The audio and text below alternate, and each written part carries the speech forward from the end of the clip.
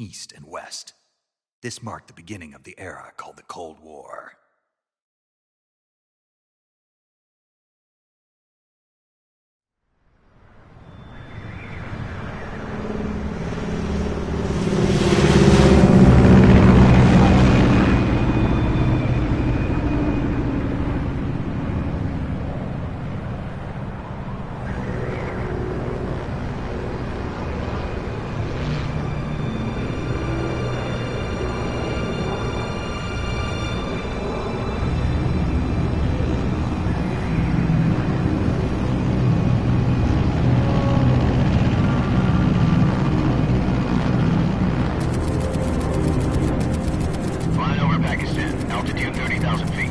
Approaching Soviet airspace. 20 minutes to drop off. Commencing internal depressurization. Equipment check. Arm main parachute. All right. You ready to go? Drop zone still showing a high pressure mass. Cav okay. Good. We've got high visibility.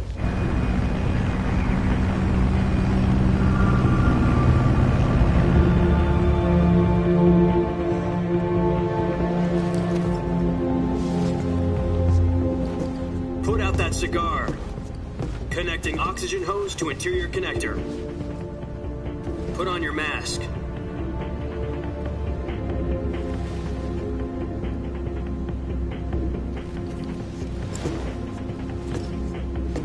Does this panty waste know what he's doing? Approaching release point. 10 minutes to drop off. Hey, are you deaf? He said put out the cigar and put on your mask.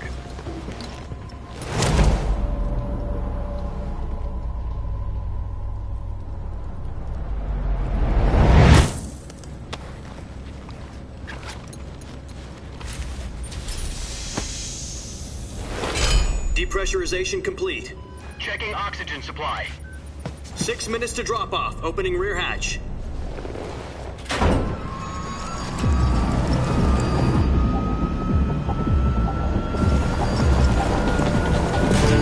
Sunrise.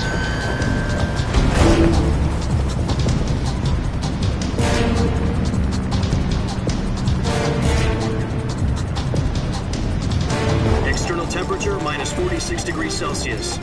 2 minutes to drop off. Stand up. You'll be falling at 130 miles per hour. Try not to get frostbite from the wind chill. 1 minute to drop off. Move to the rear. Activate bailout bottle. This is one for the history books. The world's first halo jump. 10 seconds to drop off. Stand by. Status okay. All green. Prepare for drop-off. Countdown. 5, 4, 3, 2, 1. Spread your wings And fly. God be with you.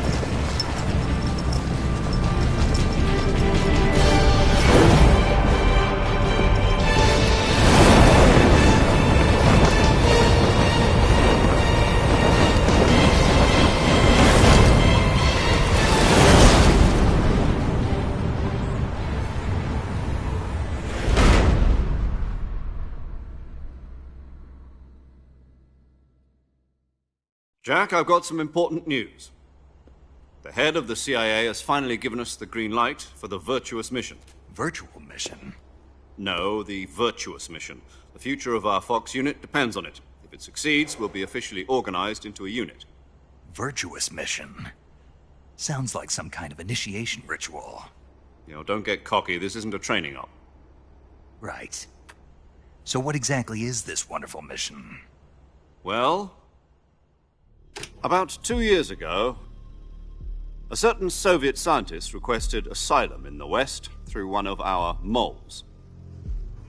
His name is Nikolai Stepanovich Sokolov. He's head of the OKB-754 Design Bureau, one of the Soviets' top-secret weapon research facilities, and the East's foremost expert on weapons development. Sokolov? Isn't he that famous rocket scientist? The very same. On April the 12th, 1961, the Soviets achieved the first manned spaceflight in history. The Earth was blue, but there was no God. Well spoken. The rocket that carried Yuri Gagarin to orbit was the A-1, known as the Vostok rocket. Sokolov is said to be the man most responsible for the multi-engine cluster used in that rocket. After Gagarin's flight, Sokolov left rocket development to become the head of the newly established Design Bureau. From a lowly technician to head of a design bureau, that's quite a success story, so why do you want to defect? It seems he'd become afraid of his own creations. Afraid? Call it a crisis of conscience. And for that, he left his country and his family behind and went over the fence? Not exactly.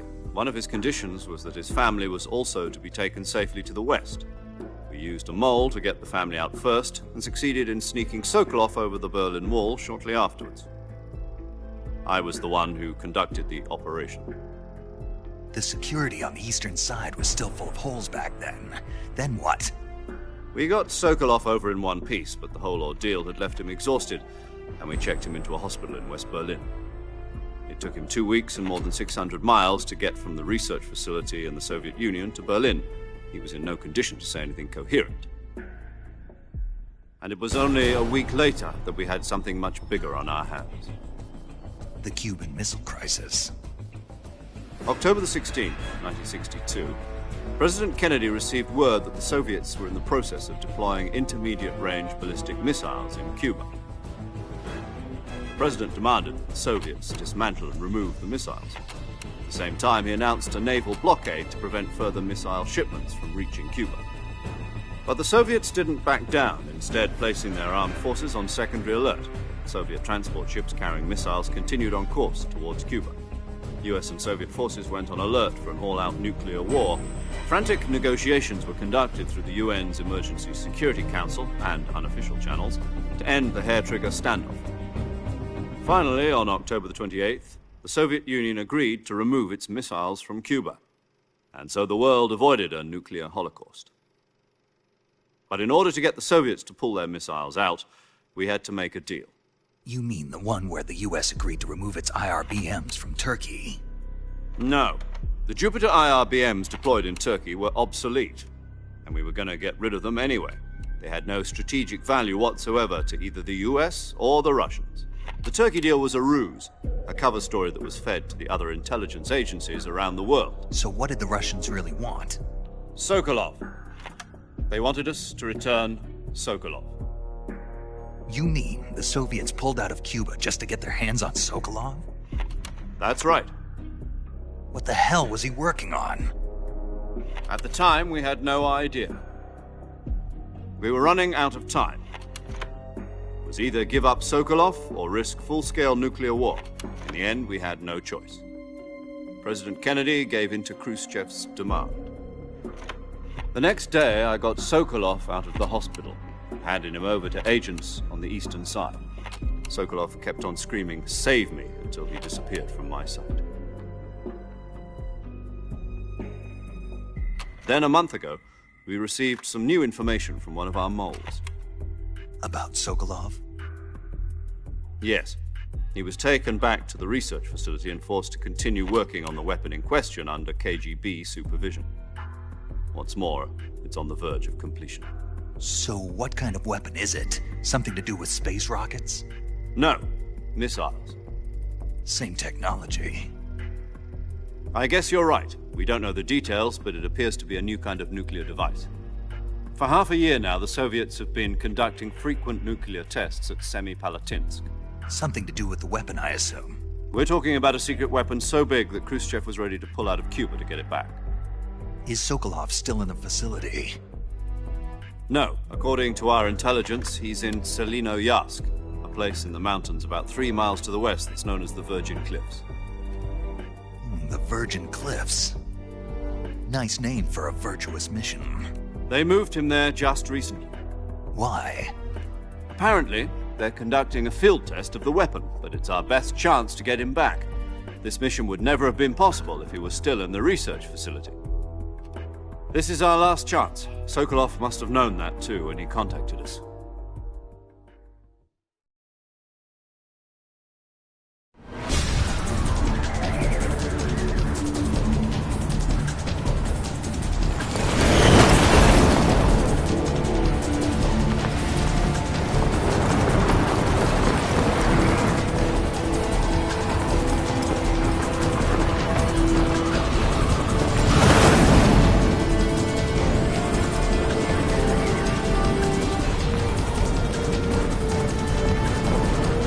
up, Jack.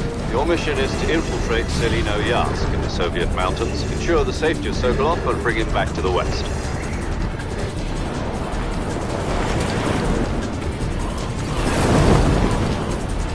If we don't get Sokolov back before that weapon is complete, we'll be facing a major crisis. The clock is ticking.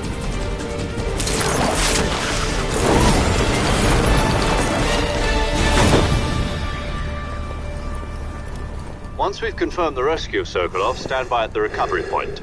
A recovery balloon will be dropped at that point. Helium will be pumped into the balloon to inflate it. The process takes about 20 minutes. Once it's complete, the gunship's arm will latch onto the balloon and pull it up. The Fulton surface-to-air recovery system. I'm familiar with the theory. Take it easy. It's been combat-proven. Do you think Sokolov is up to it? The shock will be less than during a parachute jump, and the arm can handle up to 500 pounds. So you're planning on going over the border in a single combat Talon? She's equipped with two 6-barrel 20mm Vulcan cannons, as well as two 40mm machine guns. Sounds like she could hold her own against a battalion of tanks. Even with the fuel in the reserve tank, we're facing a 4-hour time limit. If all goes well, it shouldn't take more than a few hours. Home in time for dinner. But if anything goes wrong, you'll be eating dinner, breakfast, and all the rest of your meals in the jungle.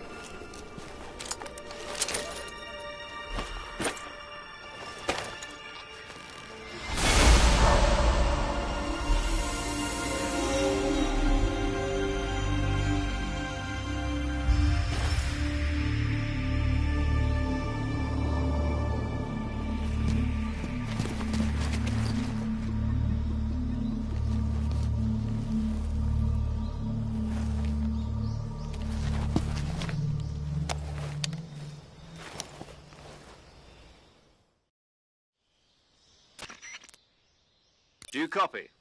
You're already in enemy territory, and somebody might be listening in. From here on out, we'll be using code names to refer to each other. Your code name for this mission will be Naked Snake. I'll be referring to you as Snake from now on. You're not to mention your real name. Snake? Oh, you don't like snakes? What do you mean? You've eaten one before, haven't you? In survival training. I'm glad to hear that. I don't know if I'd ever order one in a restaurant, but... Be careful, you might not have a choice. What about you, Major? What should I call you? Let's see. I'll be Tom. Call me Major Tom. This will be a sneaking mission. You must not be seen by the enemy. You must leave no trace of your presence. Is that clear? This kind of infiltration is the Fox unit's speciality. In other words, weapons and equipment are procured on site. That goes for food as well. You're completely naked, just as your name implies. Great. Now I see why you asked me if I like snakes. I suppose calling me Snake was your idea of a joke, too. No. There's a good reason for that. I'll tell you later when the time is right. Gotcha. Getting back to the subject, how exactly am I supposed to feed myself? You've been issued a knife and a tranquilizer gun. Use them to hunt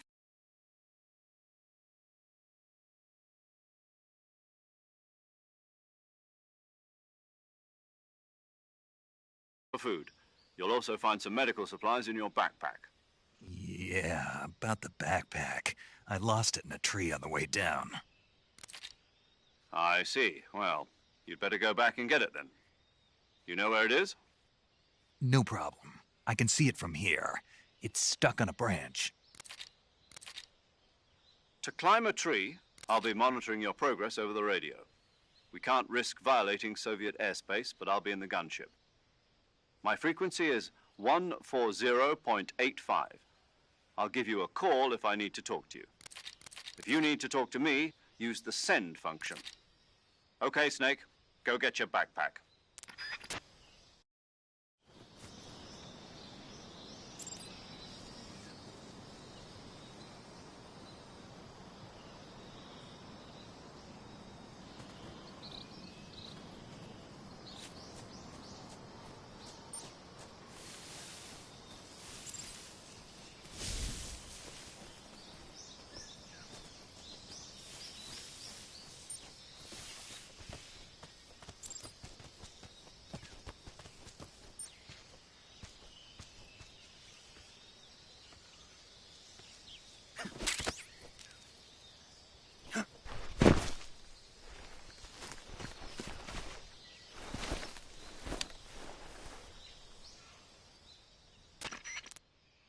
I see you've retrieved your backpack, Snake. To equip a weapon, it's necessary to take it out of your backpack. In the survival viewer, choose Weapon from the backpack. Your available weapons will be displayed in a list on the screen. From that list, choose the weapon you want to equip and press the Enter button. For other equipped items, just do the same thing from Item. Got it. Use the survival viewer backpack. Yep, that's right. Survival is fundamental to this mission. After you've been out in the field for a while, your stamina will start to drop. If your stamina gets too low, it'll affect your performance. You won't be able to shoot accurately, for example, and your wounds won't heal as smoothly. Keep an eye on your stamina so you don't run out. To recover lost stamina, you can hunt for local flora and fauna. You can use either your tranquilizer gun or your knife to hunt. My only weapon is a Mark 22 Hush Puppy tranquilizer gun? That's right. It's been fitted with its own suppressor. However, the suppressor will deteriorate every time you fire.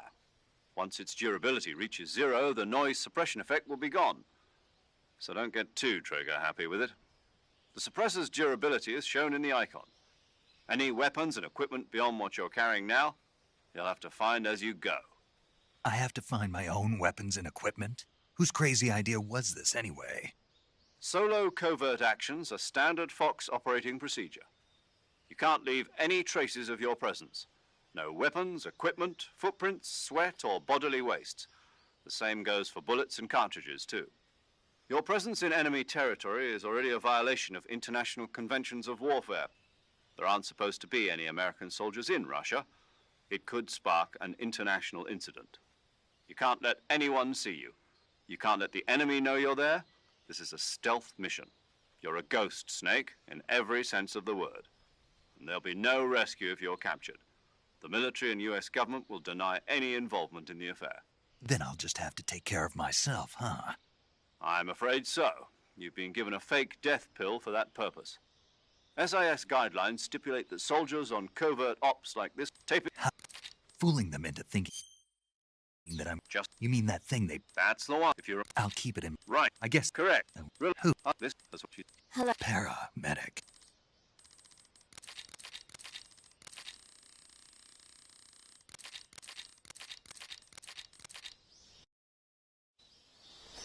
Snake, try to remember some of the basics of CQC.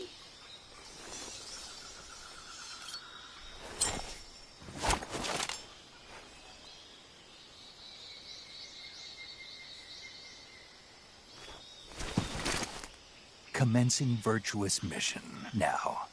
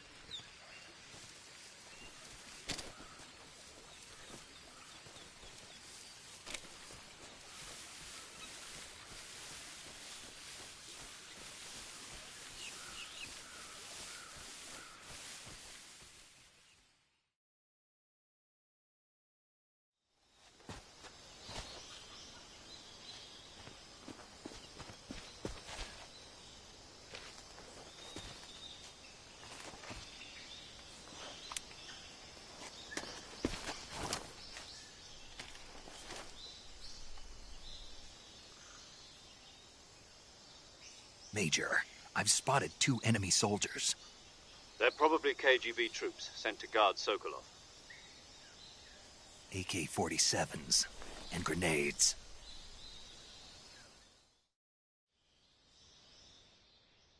Snake, your presence in Soviet territory is already a violation of international law. We can't let the Kremlin find out that the CIA and the American government are involved. Contact with the enemy is strictly prohibited. Don't engage them in battle either. This is a stealth mission. Got that? The Major is right. The point of this mission is to sneak through the jungle without being seen. The success of the mission depends on how well you use your camouflage. Change your camouflage by selecting Camouflage from the Survival Viewer. The Uniform option lets you pick your uniform, while the Face option lets you change your face paint. Choosing camouflage that blends in with your surroundings will help you conceal yourself more effectively. Also, don't forget that anything that moves will stand out in the jungle. If you just stand up and run around like an idiot, you're bound to be spotted. But if you crawl instead, you should be able to sneak by without being noticed. You can see how effective your camouflage is by looking at the Camo Index.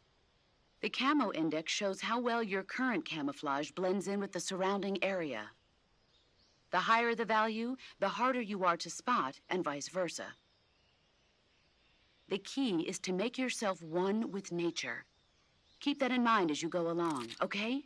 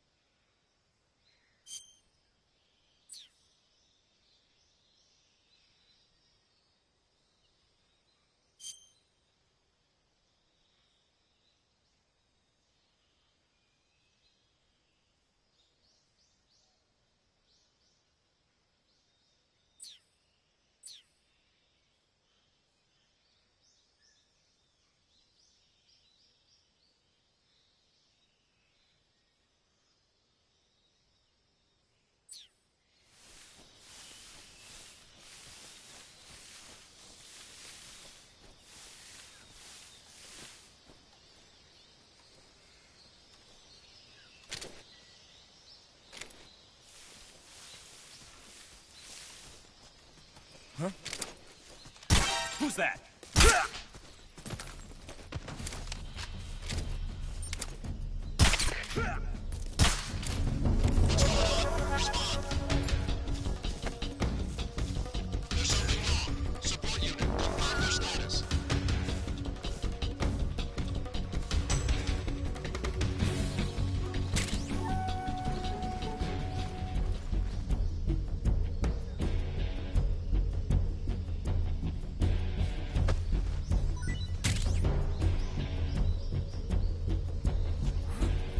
Over there?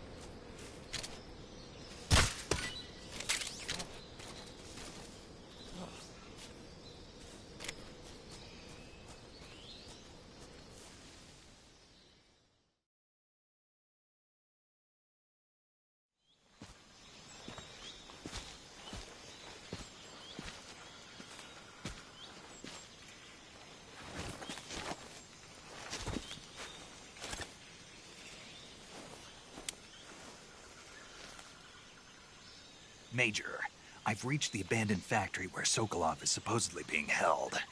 This place is a dump.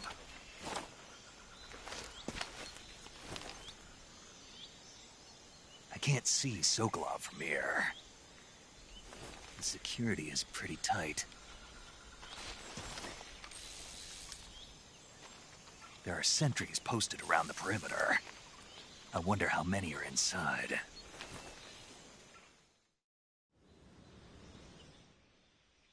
Your objective, Sokolov, is inside the factory. They should be holding him in a room in the northeast section. Northeast section. Got it.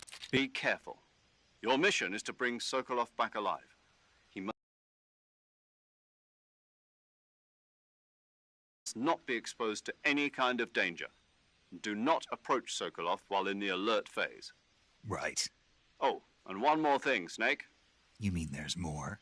No, it's just that when you get to Sokolov, I want you to tell him something from me. And that is? Sorry for being so late. Is that all? Yes. Understood. Beginning my approach to the target.